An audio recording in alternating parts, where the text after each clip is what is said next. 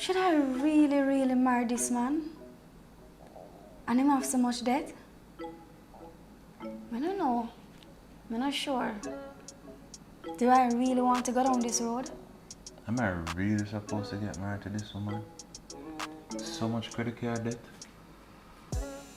She spend money like it's nothing. And it's not even her money.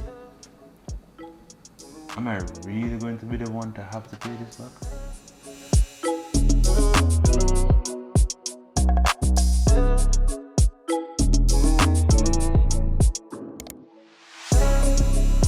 A lot of couples get together and stay together for love, of course. Love will cause people to do the strangest things, not realizing the negative effects of not dealing with the real issues from the get-go. True. Now, people don't get married to get divorced. But babe, guess what? The harsh reality is that it can happen. That's true. Now, the number one reason for divorce in marriages is money. Money. So guys, for me, I like to do my research and like to do my little checks and balances and see if it makes sense. So I went and I found a study from Dave Ramsey that actually showed that 63% of marriages start out in debt.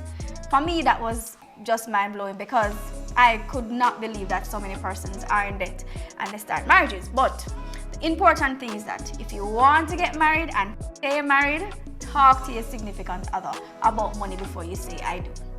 I mean, if you or your partner is saddled up in a mountain of debt, you may want to consider holding off on getting married. Or if you want to get married, all the same, come to an agreement of how you will be tackling the debt going forward.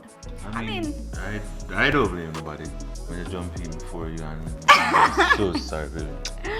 I said, I don't blame anyone for feeling unsure about marrying someone who has debt. It's only natural. This is something that a normal person considers. Now, we strongly believe that the conversation should be had before getting married. And each party must voice their take on this matter. They must come to an agreement, if needs be, to clear the air about how you feel. I'm not gonna lie, sometimes, you know, I've been in this situation before where you're probably with a partner and you feel like, okay, you're in love and certain things don't matter to you now. And yeah, man, we can get through it and whatever. But the reality is that months down the line, you're like, what did I do? What kind of decision I made when you're in love? So you have to ensure that you know, make a decision that will make sense to both of you in the long run. Now, here are some things to consider when looking at those things. Now, how big is the debt? Is it a mountain that they can't get over? Is it like a person who earns $2 million for the year and has like a good $6 million in debt? Yes, exactly. Yes. So another thing to consider is, what kind of debt is it?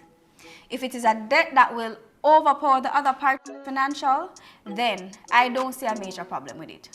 If it's a debt that is being serviced and is in good standing and your partner is managing it quite comfortably on his own, for example, a student loan, that is ground to move forward, I believe. Yeah, like a car loan.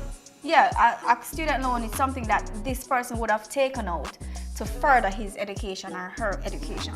So that to me would be classified like a good debt. Yeah. Yeah, one would classify that as a good debt. Good. No debt is No, really this is good. But on the scale of good and bad, you'll find that, for instance, a man take out $5 million loan for nothing. Where you take out the $5 million loans for? I mean, yeah, stop your word. Now, guys, I'm just saying. Guys, here's the situation. A lot of us would have experienced a lot of, run-ins with banks where, them just want to get things for no reason. And not because a bank is willing to give you a loan, don't mean you should take it. No, I learned this the hard way because, banks usually like to just say, hey, you get an email that you can have this money in your account within the next 24 hours or instantly. And I remember one time I saw that from a particular commercial bank and I clicked it, and literally clicking it, putting my name in there, and literally by the time I checked my account, that money was there. That to me was crazy though. But then, like, I never had any need for the money. I never need the money. I just Exactly. tried it out and It happened to be in your account. yeah. But guess what? I had to pay back the loan. So I quickly got the money together, got rid of the loan. And that's not the first and it's not the last time that happened with me. And I mean, I was on a mission to get these things off of my hand and get out of it completely. Luckily, I was very open and honest with Crystal before getting married. It amazed her, not in a good way. Still, it's like, how? Why? Why did you just click yes, you want this money? For what reason? No reason, but you took it. Yeah, I mean, I can't tell you where the money gone. I mean, I really can't tell you. I don't know where the money gone.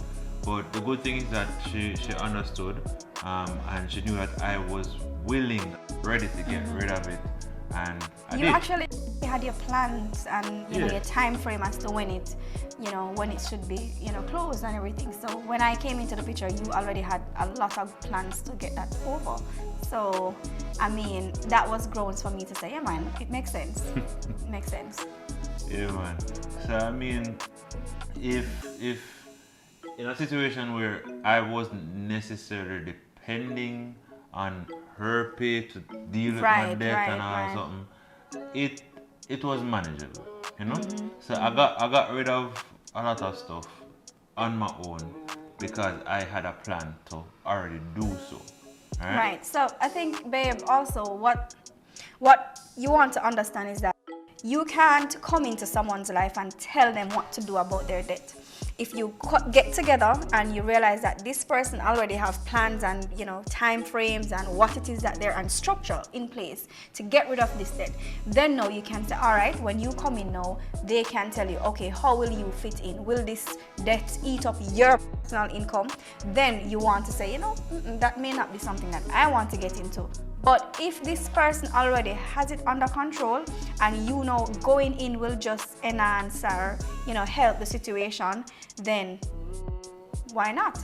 Because you marry this person and the debt, you marry the debt as well. Best believe that. You marry this debt. Just like if you walk in a marriage and one big house and big car and everything, you marry a into the car. one. Everything becomes one. So, I mean, of course, we'll always want to be on that side. The side where you're moving with everything. Assets. Well, guess what? The debt is. You share the debt too. You share the debt. The good, the bad, the ugly. You share everything. Now, the next thing is, are you on the same page with how to deal with this debt? Do you both want to clear this debt as soon as possible? I mean, is he or is she ready to aggressively start attacking this debt? Also, you want to know if their attitude about the debt is aligned with yours. For example, the person in debt is very nonchalant about it. Doesn't have a plan and actually doesn't even feel like them care. In other words, them give you a story for shut you up. Yeah, no, that's a definite risk. For sure. However, if both of you are willing to sit down, formulate a plan and get rid of this debt as soon as possible, ASAP, then that's a good look. And babe, another thing that I liked about with you is that you had your plan already. He had his plan fully set out. So when I went in, he had everything structured, timelines, and I was just there listening. And I mean, that made it much easier for me. So that was a good look as well, yeah. Now the fourth one is, are you willing to share the debt? This one, guys, is heavy. I'm not gonna lie. I'm by heavy. It's heavy to share. I mean, I don't mind sharing the car. I don't mind sharing the money in the bank account. I don't mind sharing the house.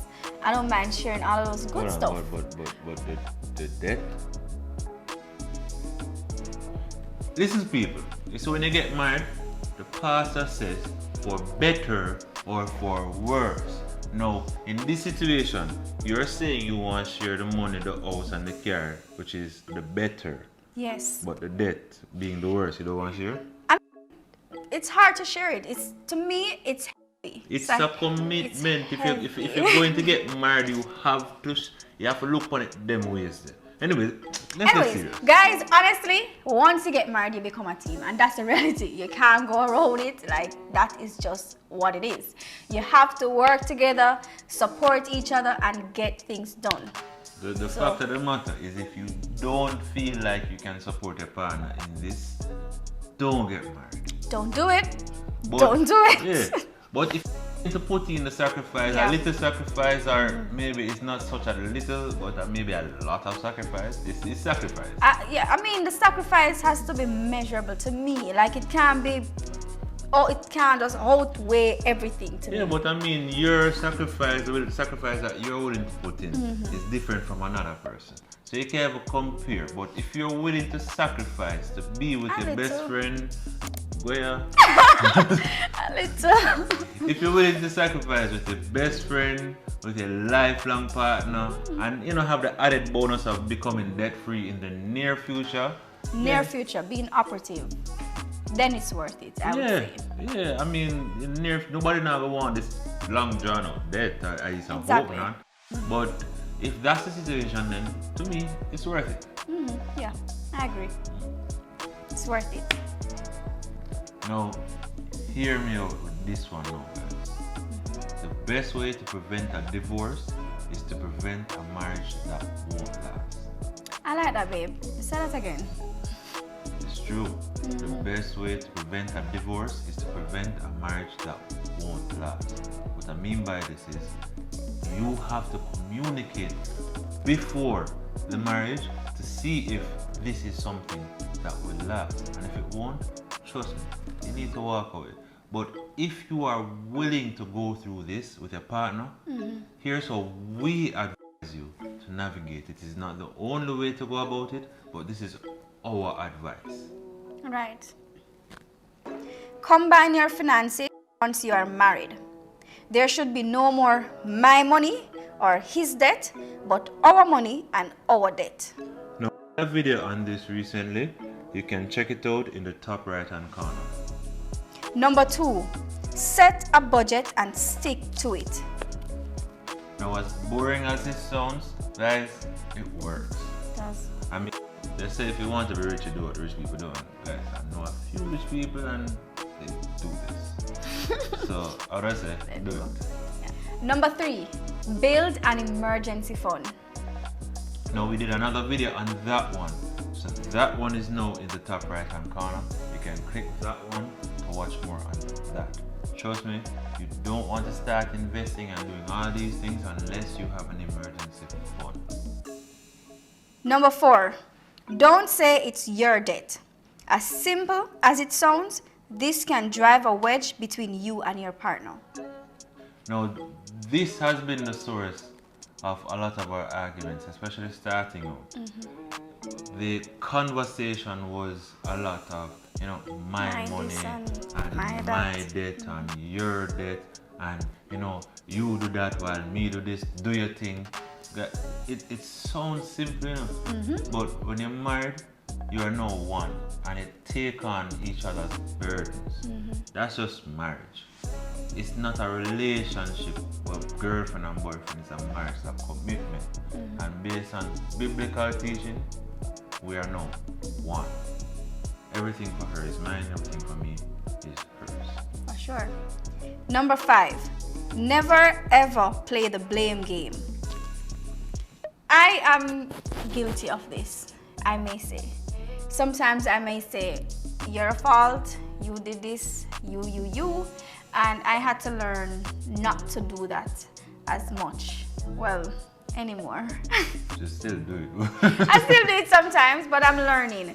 But the truth is that you have to control, you have to have some kind of self-control. You can't be saying, it's yours and this is you and your fault this and your fault that. That don't help the situation at all. Yeah, man. So I don't even think this is a money tip. It's actually a marriage tip that just fall into this. Because the blame game situation in any argument or in any situation doesn't normally work out for the best. So all in all, if you decide to marry someone in debt, the bottom line is you both need to have the same attitude and the approach to dealing with the debt. No, it's not a death sentence. Debt is not a death sentence. Now, it just takes communication. Talk openly, and that open communication will help to prevent that death from getting in the way of a beautiful marriage. It will help to strengthen the marriage, as a matter of fact. Yeah. Now, guys, if this video spoke to you, if you saw some value in this video, please go ahead, hit the like button, subscribe, hit the bell notification button so you can never miss a video. I know we weren't here for a little while, but guys, that will change. We'll put some things, we'll put some things in place to make sure that the thing can run good. Cool? Alright, see you guys later. Bye.